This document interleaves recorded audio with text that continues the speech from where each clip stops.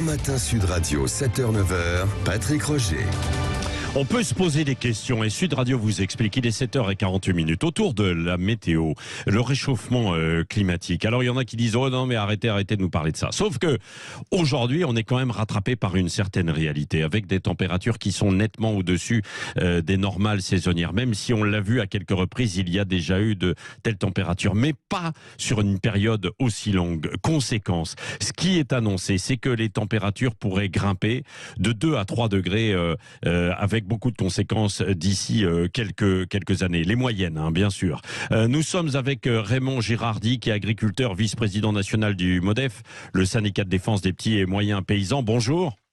Bonjour. Vous allez nous dire comment vous ressentez tout ça du côté de Marmande à Argenton, hein, c'est dans le Lot-et-Garonne, là où vous êtes précisément. Vous allez nous dire tout ça. Et puis Claude Gendron également. Bonjour Claude Gendron. Bonjour. Vous êtes auteur de ce livre « Bonnes pratiques au quotidien pour sauver le climat » avec l'association Sauvons le climat. Vous allez nous dire ce que nous pouvons faire, nous, à notre échelle. Tout de même, Raymond Girardi, ces températures-là, aujourd'hui, quand on voit 26, 27 degrés, et ça fait quand même des semaines que ça dure, quelles sont les conséquences sur vos cultures, vous ? Tout d'abord, il faut préciser que le réchauffement climatique, c'est une réalité aujourd'hui, comme vous le disiez, donc il faut se rendre à l'évidence. Et les conséquences commencent à se faire sentir très, très durement. Ouais. Effectivement, des températures en milieu d'après-midi actuellement à 25, 26, 27 degrés, c'est en gros autour de 8 à 10 degrés au-dessus de la moyenne. Alors, ouais. Ça arriverait sur une journée, 2 journées, c'est déjà arrivé dans le passé, des décalages. Oui. Et là, c'est dans la durée. Donc, depuis quasiment le mois de mai-juin, on vit des périodes de canicule. Même si 26, 27 degrés aujourd'hui, c'est pas des chaleurs caniculaires, mais par rapport à la température moyenne, oui. Alors, les conséquences sur vos cultures, les conséquences, parce que je sais que cet été, on a vu, c'était complètement cuit, rôti, en fait, dans les prairies, les champs, etc. Il y a beaucoup de cultures qui n'ont pas pu pousser, mais aujourd'hui, parce qu'il y a certains agriculteurs qui disent c'est peut-être pas mauvais parce que là on peut faire nos cultures aller plus facilement aussi dans les champs. Dites-moi concrètement ce qui se passe, Raymond Girardi. Nous, dans notre région, on n'est pas dans les tropiques, n'est-ce pas? Donc, il y a besoin d'un printemps, d'un été, d'un automne et d'un hiver. Ouais. Et les conséquences aujourd'hui sont extrêmement graves. Déjà, il faut bien préciser que 2021-2022, avec les gelées qu'on a vécues début avril, sont des conséquences anormales. Ouais. Pas les gelées début avril. Ça, c'est naturel. C'est le fait que la végétation est en avance de 3 semaines à 1 mois par rapport à la normale. Et aujourd'hui, en ce moment, on est en train de vivre le même phénomène, c'est-à-dire que la végétation amorce ce qui doit se passer normalement au mois de février, c'est-à-dire les bourgeons, vous savez, les bourgeons qui commencent à gonfler, ça s'appelle le débourrement. Le débourrement a déjà commencé. Ce qui veut dire que si ça continue, c'est une avance de la pousse de la végétation par rapport en début d'année. Ce qui veut dire que dès le mois de février, dès qu'il fera doux, la végétation aura commencé à pousser, et ce qui veut dire qu'on aura une fois de plus 3 semaines, 1 mois d'avance, et qu'on est déjà à la veille de risque de gelée au printemps. Alors déjà, il y a le problème que les plantes ne se reposent pas, ce qui devrait être le cas en ce moment. D'ailleurs, regardez, au niveau des arbres, c'est ce qui est le plus significatif, les feuilles ne tombent pas, ou très très lentement. Elles tombent, mais un peu moins, voilà, c'est vrai.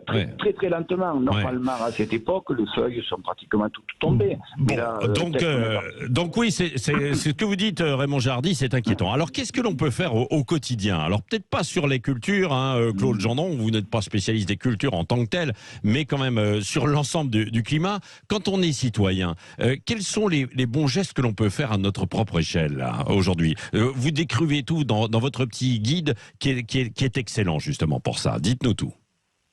Le principal, c'est d'arriver à se libérer progressivement des combustibles fossiles, puisque c'est eux qui sont à l'origine des émissions qui causent le réchauffement climatique. Donc, il faut faire la chasse au fioul et au gaz.